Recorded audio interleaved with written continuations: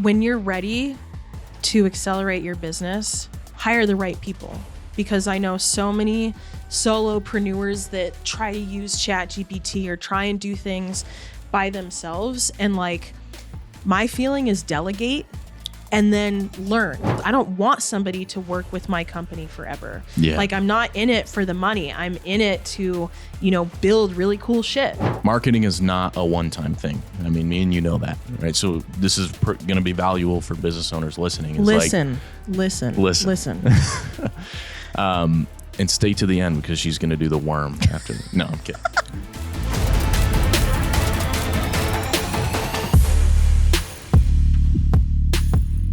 All right, Lexie, welcome to the Voice of Production podcast. It's nice to have you here. Thanks, Levi. Yeah. Happy to be here. Yeah, so we've been collaborating on some projects, right? We have. Yeah. So you found out about me through Secret Sauce? Yep, through Kendi, Cameron, and Hilliard. Yeah. Yeah, and you reached out to me, and we kind of just like immediately felt this connection where we think the same, we have the same mindset. It was kind of crazy. No, it really was. Like, our values aligned. You use some of the same phrases, like my catchphrases. I'm like, who is this guy? Right. Yeah. And I was like, well, I need to have you on the podcast, obviously, because you have the same messaging and, the same mindset as me. So I'm like, yeah, this is perfect for my audience to kind of hear. But you also have some different perspectives, right? Which we're going to touch on today. So I'm super excited. So welcome. Thank you. Yeah. So let's start with your journey. You said your journey began in Europe. Is that right? You want to talk a little bit about that? Yeah. So I left and graduated high school here in Arizona and went and studied abroad in Europe. So got 2 bachelor's degrees. Wanted to study or did study international relations and European economic studies. Super big mouthful. But what I realized in college was, like, even if my grades were kind of poor in certain areas, as soon as there was like a midterm where I had to write an essay, I knew I was going to crush it every time. And so from there, I have really loved to write. So there was this tech startup. It was a social media analytics startup, and they were one of Facebook's first preferred partners. Okay. And it's funny because after I graduated, I had worked at a couple different companies, and I was telling CEOs, like, hey, like, you need to adopt a Facebook business page, because they had just started rolling them out, and everybody pushed back, and they were like, no, that's never going to be a thing. What year was this? That was 2013. Okay. So that's like when Facebook started becoming a thing? When they started to roll out these business pages and started to, it was like before monetization, it was just like businesses can start a page. Yeah. So I was telling all of these CEOs to do that, and they're like, no, it's never going to be a thing. So it was so funny because I ended up working for this startup there that became Facebook's preferred partner. They got me after $34 million in funding. So there was definitely a need. And I started off as a copywriter, and I was teaching other marketers, like heads in digital, of every kind of industry, and telling them how to leverage social media as a marketing distribution channel. So it's awesome. Very early on, I worked with data and started looking at consumer behavior, trends. And I just realized that, I had a love for writing. That's awesome. And that was all in Europe? Yeah. Wow. So that's awesome. Yeah. I was there for 10 years. Okay. And you went to New York then, right? After that? Yeah. So that the company there, they transferred me to New York. So I created their marketing engine there and just worked with startups, and yeah. Nice. And what about copywriting is it that you like? I mean, because you tell me all the time, like, it was just kind of your passion, your love. Was there like a moment where you're like, yeah, this is what I like to do? A specific moment, maybe? Yeah. So no, it's kind of funny. Like when I was a kid, so I have really bad ADHD and medicated now, but I wasn't as a child. My mom's like, no, over my dead body. But it was like my like thoughts would just, they were just constant, right? And so writing was a space for me to articulate. Like sometimes my mouth doesn't match like what's going on in my head, you know, it like goes too fast. So it forces me to really hyper focus, think through ideas, and to be able to articulate things that I can't say. I don't think I'm good at speaking on my feet. Some other people would disagree. But it was a way for me to analyze and focus in a way that other mediums or art forms, like I just couldn't. So I loved it. That's interesting. Yeah, I mean, my brother has ADHD too, and I grew up with it, you know, and he has it pretty severely. So I understand how it is. I mean, I'm sure I have it too. Yeah. But that's like really interesting. I've never heard that perspective where you focus more on something when you're writing, because usually it's the other way around. Like you can't write for long periods of time, right? Right. So like that's the misnomer, I guess, when it comes to ADHD, because yes, there's an inability to focus, but there's also something called hyperfocus. Okay. So with some people, you will notice that have ADHD that they'll get involved in like a hobby and do it straight for like 3 months and then drop it. Right. So there is that. It's the issue of the executive function that we can't dictate what to really focus on. It's like where the dopamine and the serotonin comes from, right? But so writing really helped me to channel some of that energy. But then from there, because I loved speaking, right? They put me in different spaces to do that. So I was really able to get my hands on every facet of marketing. But copywriting is my love. So you like copywriting and speaking then? Is there like a tie to storytelling that you really like? Because you're a very good storyteller. On the project, we just collaborated on a project for a company. I don't know if we can we say the name? We can. I asked them this morning. Okay, so we just collaborated on a project for Dreamwriter. They're in stealth mode. Shout out. They're in stealth mode, but the public launch is coming soon. It was like one of my favorite projects ever because with your and my team combined, like we just knocked it out of the park. So Alecci Media, that's your company, right? You want to talk a little bit about that and how you got into it? Kind of like, because we talked about your background in copywriting, right? And in your love for storytelling, copywriting. You want to talk about how that maybe ties in to Alecci Media? Yeah, absolutely. So it's really interesting, right? Like I do have to give a bit of context. So like when I was working for that startup, it was very interesting because you have to wear a lot of different hats. And I also think that's where I kind of was able to mask my ADHD because, you know, we were going fast, doing multiple different things. And so I eventually became like the speaker for the company, like a spokesperson, nice. Started doing things like podcasts or interviews. And I started to realize like at the end of the day, it's all storytelling. Like people with social media get so tripped up in terms of frequency and we need to push out content. Right. It's like, no, at the end of the day, the essence is storytelling. It's just in various formats, whether it's like with you, right? Like telling the visual medium or whatever. And so I realized that really the essence is, the storytelling factor. So, it's a good point because there's you mentioned social media. Social media now is flooded with all this like crazy, like engaging content where things are flying up on the screen. It's like, when you're on social media, you just can tell that the sole purpose of being on there is just to keep you on the platform. And it's just like this crazy, like everyone's just trying to engage you because they want the watch hours. They want the attention, but what really works now, I think, and what's going back to is storytelling, just going back to the roots of telling a good story and having the rich dialogue instead of just trying to keep you engaged with like things on the screen. It's the dialogue needs to become richer. And I think that that's coming back nowadays is like an authentic way of getting your attention.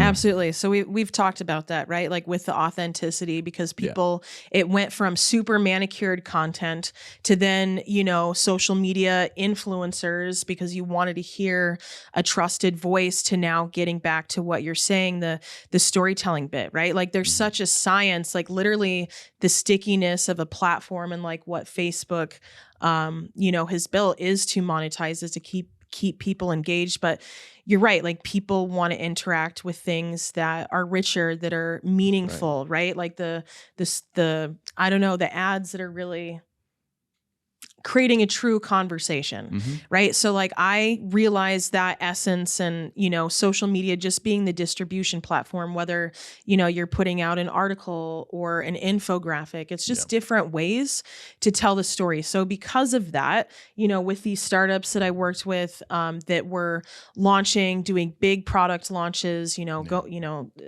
going into different markets, what I realized is I could see the macro perspective because of my experience, because I had worked with PR, development teams, working on websites, working on social, being in front of the camera, working with CEOs. I kind of saw it the way that maybe an engineer or an interior designer would look at a space, right? So I'm like, oh, here's all of how these things were connected. And so kind of where that shifted and why I decided to start my own agency. It was funny. I ended up getting let go from a startup in New York. This is public knowledge. I was one of the first of 6 employees and built their entire marketing engine, got them $90 million in investments. And they ended up letting me go just before my shares vested. Wow. I needed that experience. No hard feelings on that, because I realized I had helped build $100 million company based on my, the marketing mechanics that I was putting together by the time I was 24. And I realized hey, why can't I do this for myself? And I love the idea of being agile, going forward, being that expert. And when you help grow a company to a certain size, there's a point where it's not fun anymore. Yeah. You know what I mean? Because it's not as fun taking them to that next level. And I come from a long line of entrepreneurs. My mom owned a business. My grandfather owned a business. And I love helping small businesses. I want to help minority-owned businesses, women-owned businesses, people, that want to take what they built and really take it to the next level. So for me, I felt like this is really hard to do, obviously within the tech world. And so I became industry agnostic, and I ended up feeling like I needed to leave New York after that happened. So I listened to my intuition. I love that. Yeah. And so I did. And my parents were selling my childhood home here in Arizona. And I was like, you know what? It's time for a change. Couldn't explain it. Everybody thought I was completely irrational. Well, of course. Right? Yeah. And I had gotten a dream job offer, and it was just why are you leaving New York? That's stupid. And I was like, I don't know.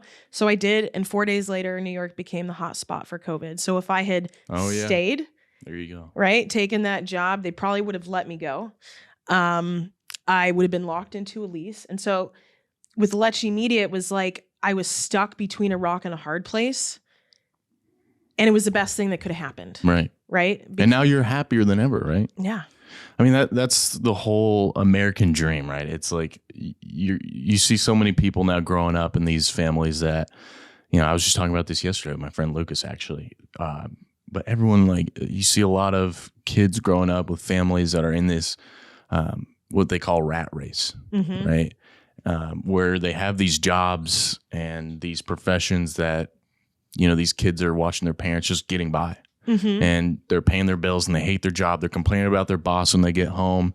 And it's it took me a while growing up to realize that that's not how life has to be, and that you can do your own stuff. And yeah, maybe I was struggling to get by when I first started my business, but when I made that leap to, kind of like you, when I made that leap to quit that 9 to 5, I was struggling, but I was happier than ever. Right. And now I'm, after a long time, after a bunch of 12-hour work days, after all of that grinding, I'm to a point where I can support myself and my business is growing and I'm doing what I love all at the same time. I'm proud of you, Levi. That's awesome. Yeah. Well, I mean, it really, your story really inspires me because it's true. My dad took that risk when I was younger.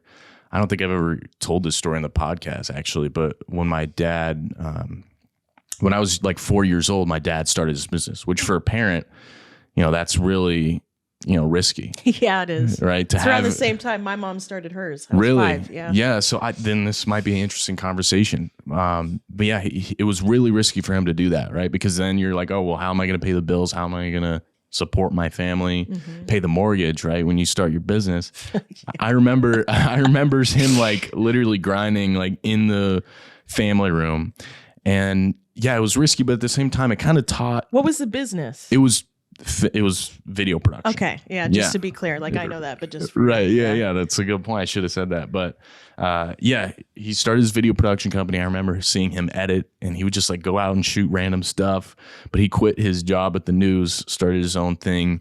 And it just took off, and it was a risk, but it paid off. And me and my brother seeing that growing up, like that's why we're both entrepreneurs now, because we saw that and he made that like example for us. Dude, I love that. That's like the true American dream. And I think if I didn't see that when I was younger, I would not be where I am. I wouldn't be as happy as I am right now. And doesn't he have one of the largest video production companies in the US? In Arizona. In Arizona. Yeah. So he just kind of rebranded to an agency. Okay. So he's like actually kind of a small fish in a big pond now, because it's like there's obviously bigger agencies, right? But he's a production first agency, and he does like crazy. He does like feature films. He's starting to get into stuff like that, right? So it's kind of cool to see how far he's gotten. And I go to his office every once in a while to stop by. And he has like 20 employees, and just crazy to see that. It's a good example growing up. I love that that you tell that story, because there's definitely a lot of things that are inspiring from that and struck a chord in me similarly. Like with my mom, so I saw her in high-powered positions, and then she started her own bakery. It was like an Italian like bagel shop when I was 5, and I saw her also grind and hustle. She was working 7 days a week, like from 4 to 4. Wow. Right. And finally, she took the the pedal off the gas a little bit to have some time during the weekends, which I also think is important for entrepreneurs to make space. But you're right. Like if I hadn't seen that either, I wouldn't have had the same work ethic. I mean, she was telling me to create a resume. Actually, we just had this conversation. I was like, I got to tell this to Levi. Yeah. So I had done like lemonade stands and stuff like at her shop. So you were like a serial entrepreneur. But I talked to her about that. I said, didn't you give me that idea? And she goes, no, you wanted to have your business next to my business. And I was like, that's crazy. And then I was like, well, didn't you tell me how to like write a resume? She goes, no, you wrote that on your own at like 6. And then she was saying how was the last part. Oh God, it's so funny. She was saying that I came up with like the artwork for like yard services and whatever. But the point was I was exposed to that commerce, that work ethic, and her having that flexibility. Like I wanted that too. Yeah. And that was definitely infused from like my upbringing. But I will say like, what's interesting is when COVID happened, I think it really shook everything and made people question, what is it that I'm doing with my life? What is the purpose? Going back to your original part from the top of this conversation, which you were saying, like living paycheck to paycheck, and not being happy. I think, especially for our generation, having access to the internet, the ability to make our own businesses, you see these different influencers, like people are valuing things differently. And it's not so much, yes, it's the American dream, but it's a life balance. It's not just about work. And for me in Europe, I was, they have a total laissez-faire attitude towards work. You don't work to live. You know what I mean? Like, and so very opposite of American work culture. So that was like a big change for me. Well, I think it's like, we have, grown up in these environments. I think you and I have a special love and respect for entrepreneurship. And that's why I love, that's why I'm like kind of in the business route of like helping other businesses. And I think you are too. I know you are. You know, we just love to serve other businesses. That's like what I love to do because I have a, respect for them. It's kind of like how I grew up, right? So that's why through video, I see the demand for it, and I love seeing these businesses grow with video marketing. And you do other stuff outside of Alecci Media, right? To help businesses, you do like you're part of the women's. Yeah. So it's the National Association of Women Business Owners. Yes. So I'm part of the Phoenix chapter. I'm the marketing board director, and I'm also on the marketing committee for Ready to Empower, which gives mental health services to impoverished countries. But it's really interesting because being in the tech world, like I never really worked with women. I never had a female boss or leader. And so it was like when I came back to Arizona, I was like, I want to assimilate. I want to get to know people in the business community, and joining that organization, NABO, has been one of the best decisions that I've done for my career, just to be surrounded, by other like-minded entrepreneurs. And that's how I met you, right? Is through those connections. But back to your point when you were saying that you love to help people, like even this right now, like this podcast, like you're giving the platform for people to tell their story. And that's really powerful. Well, I love podcasts because it kind of like forces me to be disciplined too. And, me and you, like we're big proponents on like discipline. We've had conversations about it, but it's like, it's grow. I think podcasts are going to grow even more this year and the next year. They're just going to keep growing because with the AI, landscape, everything is in, like we were just talking about, the engaging, like crazy content. A podcast is authentic. You're just having a conversation, talking to people, right? Like it's like the conversations we have on Zoom that we're having right now. It's authentic. It's just two people talking. And I think that's going to come back. It's raw.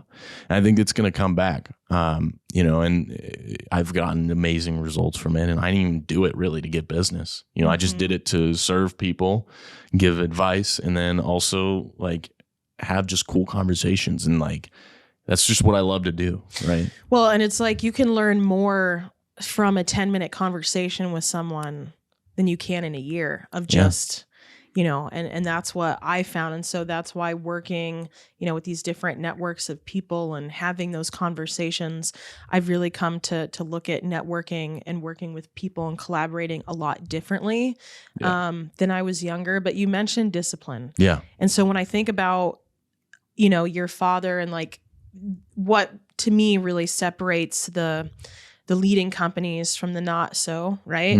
Is like obviously the flexibility and adaptability, but really the discipline. Because when I told you, when I started working out every day, it was like, it doesn't matter like rain, shine, how I'm feeling if I'm tired, because you're never going to have the motivation, right? Like your mind works to avoid pain and suffering. It's literally designed for that, right? So, but when you create and cultivate discipline, it's not about having that rock hard body, although we want it. But at the end of the day, I see how that type of discipline and that mindset and that focus and the energy that comes from working out, but really it cultivates that discipline that trickles into everything else we do. And I think that's also what separates the businesses that are going to be successful from not, is the discipline to keep pushing no matter the failure, right? And that kind of ties into marketing too. I say this all the time. It's a weird kind of thing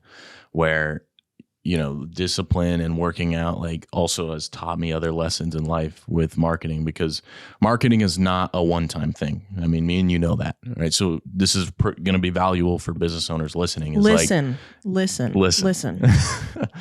And stay to the end because she's going to do the worm after. No, I'm kidding. Yeah. So for business owners, like if you're doing marketing, it's not a one-time thing. Right. Because a lot of, I've had people call me up and say, hey, like, Fame. I heard about Fame. I want to do a commercial, or I want to do a video. And I'm like, yeah, but like, what's your goal? And you're like, oh, well, I want to grow my business. I'm like, well, you can't do that with one video. That's not how marketing works. It's about testing, and it's about the consistency and discipline over time to constantly show up in front of your audience and show up in their feed, because 90% of people are not ready to buy. As marketers, we have seen that firsthand. 90%.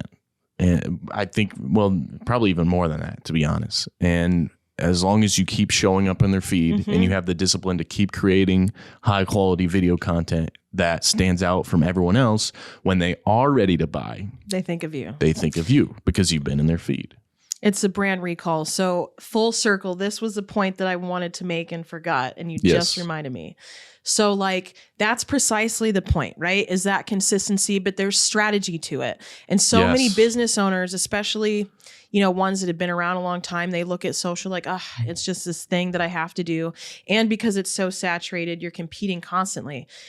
But what I found when I originally started my agency was, or if I would call myself like a glorified solopreneur, I was filling in the gaps, right? Like in your marketing team. So if you needed blog posts, if you needed specific deliverables, like that's how I would construct my contracts, right?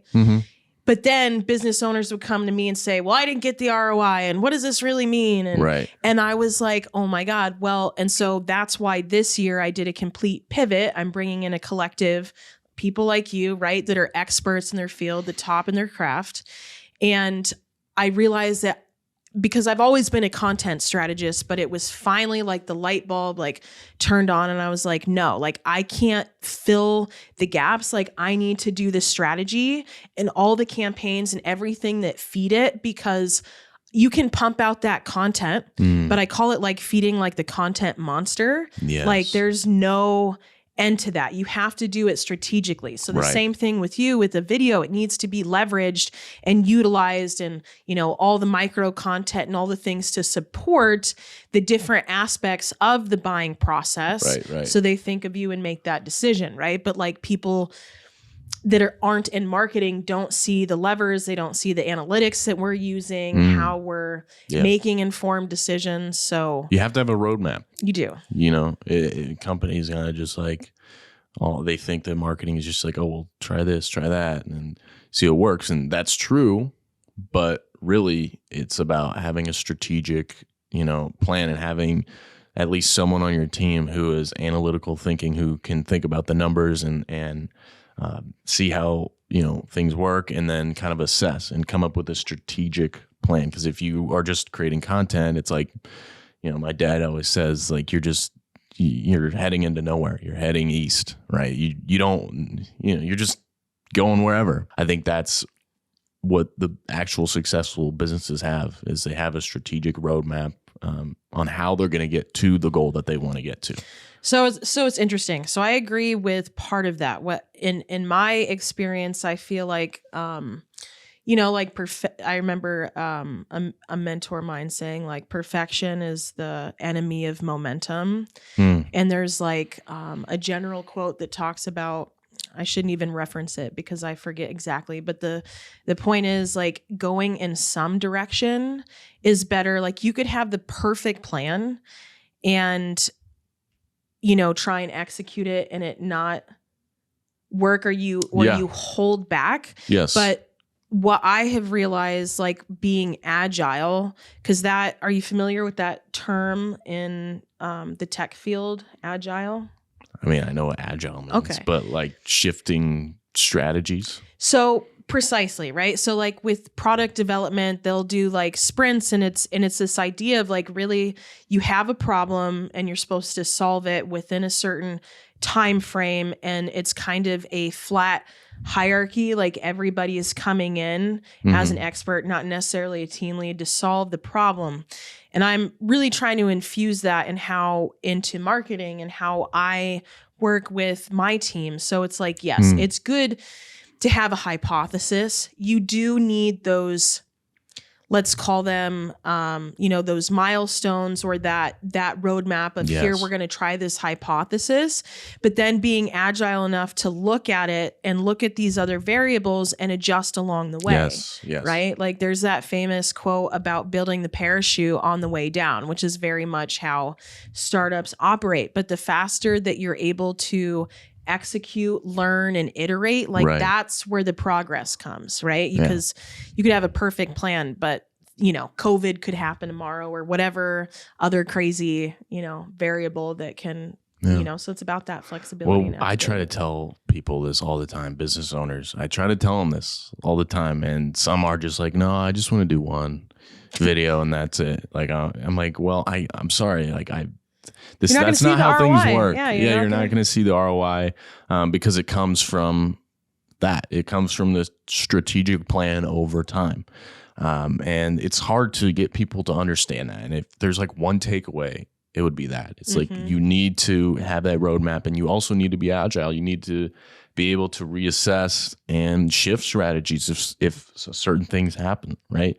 And that's where kind of like professionals come in, right? It certainly is. Like, and you got to remember, like, the algorithms are changing all the time. Consumer behavior is changing all the time. Like, what's working today, like a perfect manicured grid on Instagram could be working, but then like now, like that worked 2 years ago. Now it's like saturated and people don't want that, right? So it's like, let's talk about that. Let's talk about the new marketing landscape and kind of how you've adapted to everything, because you were in copyright. Yeah. Like that. This is a good subject. I agree. So yeah, let's talk about how you've adapted. So it's interesting. Like, I feel that I have, I'm definitely like left brain, but I also have that right brain that really kicks in. And so I'm very fortunate when I started my career to be using data and analytics, and I'm terrible at math, like not like, oh, that's cute, like no, like truly like crippling, and get crippling anxiety from it. However, I can look at a chart, I can look at a graph, and I can create stories. And so with copywriting, that's where I started, right? So like analyzing these changes that were taking place, and you just kind of see that over time. But it is a full-time job to really be up to snuff and have your thumb on the pulse. Wow, so many analogies and metaphors. But no, it's true. And I think now it's a very interesting time, because it's that tug of war of things are so saturated. There's a push for creating content at an accelerated rate. Yes. ChatGPT and other generative AI has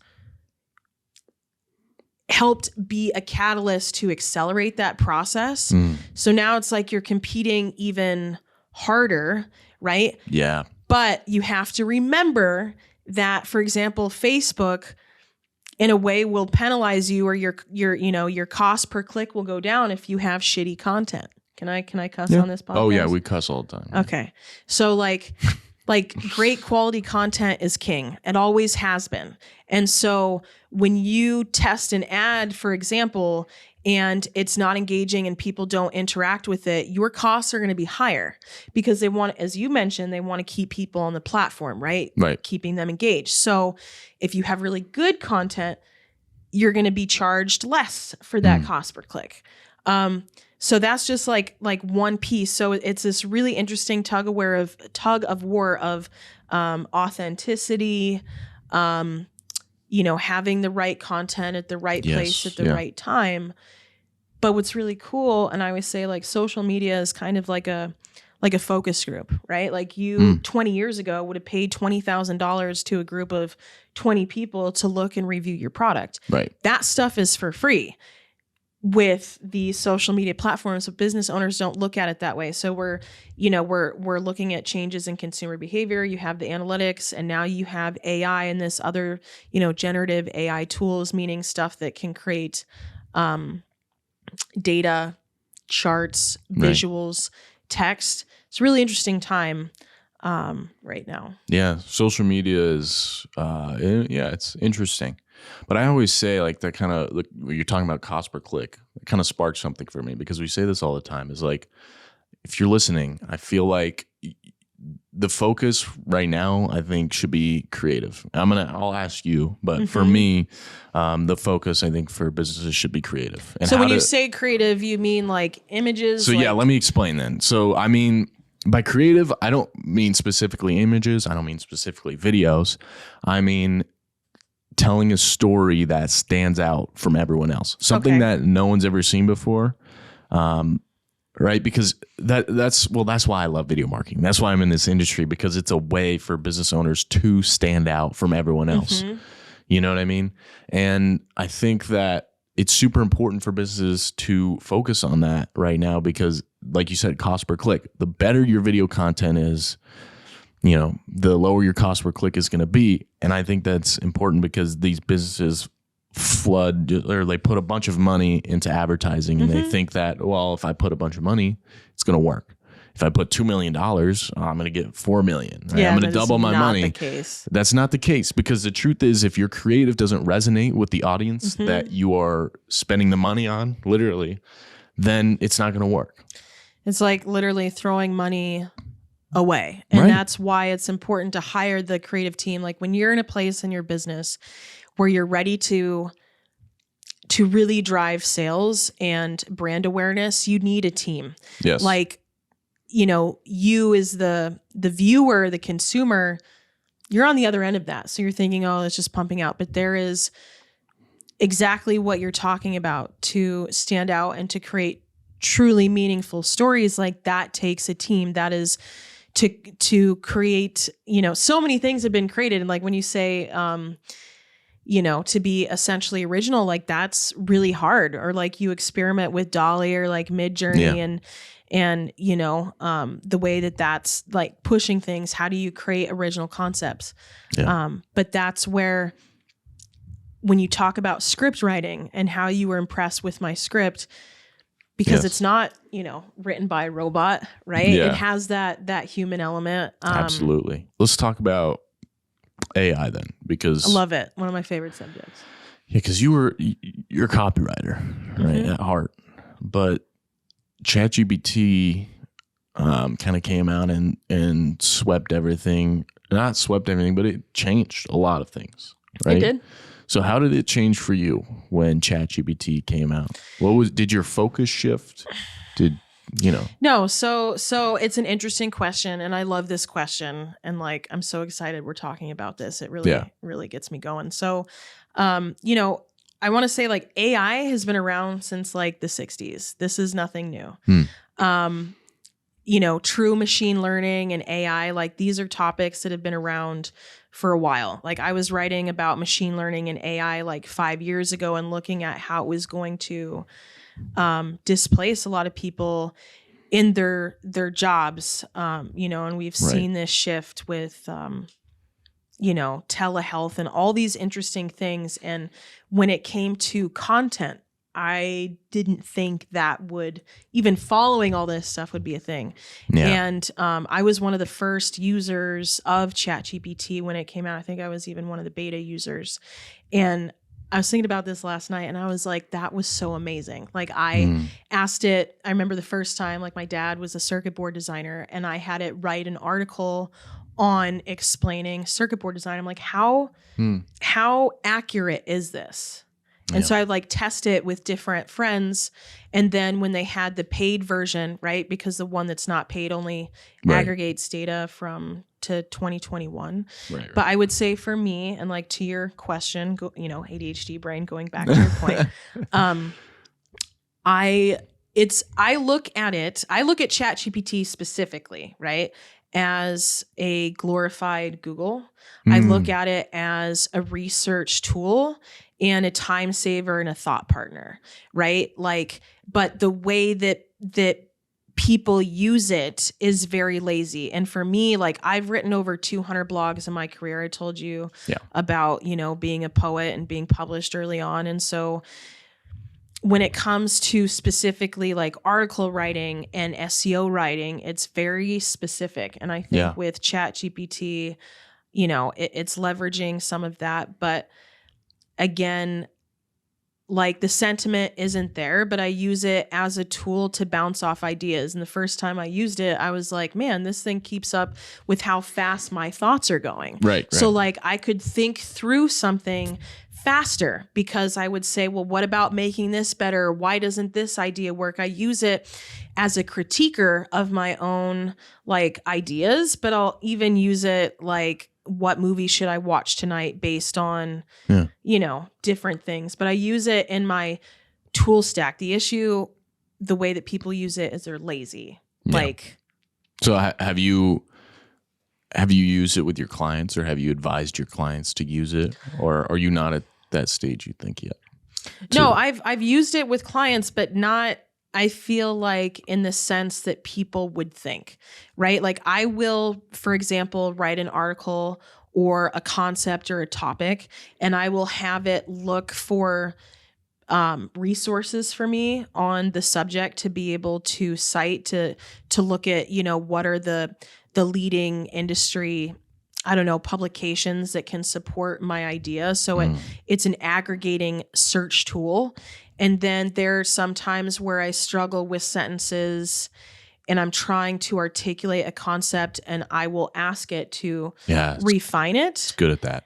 And so, but again, it's a thought partner. It's the same way that I would look at collaborating with somebody else. So I use it in that way. Yeah. But like, if you tell it to go and do something, for instance, like, goes back to the creative brief, right? Like the brief I wrote for you. Yeah. The more inputs you give it, the better output. So if you say things like, I want it to be in this tone of voice, I want to emphasize this particular concept. Yes. I want it to be said from this speaker, and it crafts something that I go, that's interesting. And it informs me in the same way. If I would read a text, from some book, I'm like, that's an interesting concept, but it's always through my lens of my experiences, what I will embellish, what I'll write about. So again, I just look at it as like a robot partner, like a robot teammate, Well, I think people like you have the advantage, honestly, with this stuff. And when, you're right about people being lazy with it. And the reason why I think you have the advantage is because, I know a lot of copywriters too. And like my mother was in that, and she was like nervous when it came out, and because that's like literally her job. I'm like, well, look, and I also have other friends too. I'm like, your job isn't being taken. Like, you don't realize, like, you have the advantage now. Truly. Because the people who are really good at writing can tell the AI, can prompt the AI in the right way where it gets the best result possible.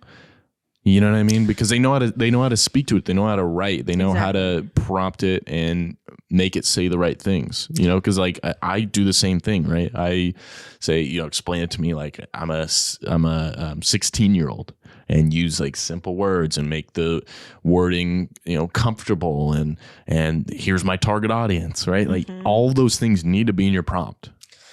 It's true. So it reminds me when you're saying that, like, iron sharpens iron, although that's actually not real. I looked that up. But what's interesting is it's a tool, right? And so I think that if you embrace the technology, it's like anything else. Right. And so the faster you are to do it, you can also find the gaps. You can also, it just accelerates everything. But it's very easy to get scared, but if, it's like knowing your enemy. Like if you know it's not as scary once you utilize the tool. Like I've made my own bot, like an ADHD pocket pal and other things like that to test it and learn. And that's going to be the fastest way than looking at it from a guru or a bunch of templates that somebody made. Like, experiment with it, play with it, and that'll take away a little bit of the fear and hopefully sharpen the tools in your tool chest. Nice. I love that. Yeah. So if there's like one thing that, if I'm like a business owner, if I have like let's say I have a product and then I'm trying to market, what should I be focusing on right now? Just in marketing in general. So is this person a solopreneur or is this person with a team? Well, because we've talked about the landscape changing with social media. I think specifically with marketing on social media, because that's where businesses are thriving right now, especially products, maybe just like even services, like where should my focus be, I guess, with marketing? I would say in general, it's changing the mindset, focusing on your mindset, not actually doing. Like when you're ready to accelerate your business, hire the right people. Because I know so many solopreneurs that try to use ChatGPT or try and do things by themselves. And like, my feeling is delegate and then learn, right? Rather than spending the time to learn, because there's a learning curve and, with time. And so really trusting the experts and being willing to experiment than trying to do it all yourself, because of the nature of so many things that change in the marketing landscape. But I would also say, like, look at competitors. Like, I always say success is not made in a vacuum. Like, look at your industry competitors. And, so you're not just focused on your historical performance, also the brands that inspire you. Like, why? Like, try to look at their storytelling. Maybe look at what consumers are saying about those products on TikTok. See if you remember it the next day. That's an important one, like too. Like brand recall, right? But I think TikTok is really a treasure trove, because you can see the way that consumers talk about different products. And that could give you definitely a leg up. Wrap it up here. If there's one thing that, because our audience is business owners, marketing executives, if there's one thing that you could leave them with, what would you leave them with? Well, I would say it's leaning into your strengths. Okay. Right? Like, as a business owner, because that's the takeaway, right? Is like, lean into your strengths and delegate the rest. Right. Because we're taught in school and all of these other places to focus on your weaknesses and improving them. But it's like going upstream. And the faster you realize, like, hey, this isn't my thing, and I'm going to put it into the hands and the experts and surround myself with people that are smarter than me and can do it better than me, it will save you time, it will save you money, frustration, and gray hair. Yeah, I think that's super important, because I think people think they need to know everything before they start delegating, and that's just not the case. When I started, it's scary. Yeah, I mean, Tyler, who works for us a lot, he's he set his stuff up in our office. Even that's how much. But like we've had him on the podcast too. He's taught me so much, and when I hired him, I could tell he was smarter than me, and he knew a lot more than me about film and video production. And that didn't scare me at all. I got excited for that, because I knew that I could learn from this kid. Exactly. Well, he's not. He's actually older than me. I shouldn't say. I call kid. Everybody kids too. Yeah, no, but I've learned so much from him, and I think that's just kind of important if you're by yourself, especially by yourself. Then just know that it's okay to hire people who are smarter than you. I think you should hire people who are smarter than you. I agree. And that's something that my mom taught me very early on, because again, you will waste so much valuable time and energy, because we have a finite amount of time and energy. So if you can give that to the right people, delegate and then learn, like, you're going to learn from him. I look at it. This is the other thing. Just lastly, I was thinking about when we were talking about this podcast is, like, for example, if I want to be better at basketball, or like train with Michael Jordan, like punching above my weight class, like working with other experts are going to challenge you. If you're sitting in the same pool around the same people, like, you're not going to be challenged. Like, growth happens from being challenged when you don't know. But if you can look at others that have done it and learn from them, you're going to learn that much faster.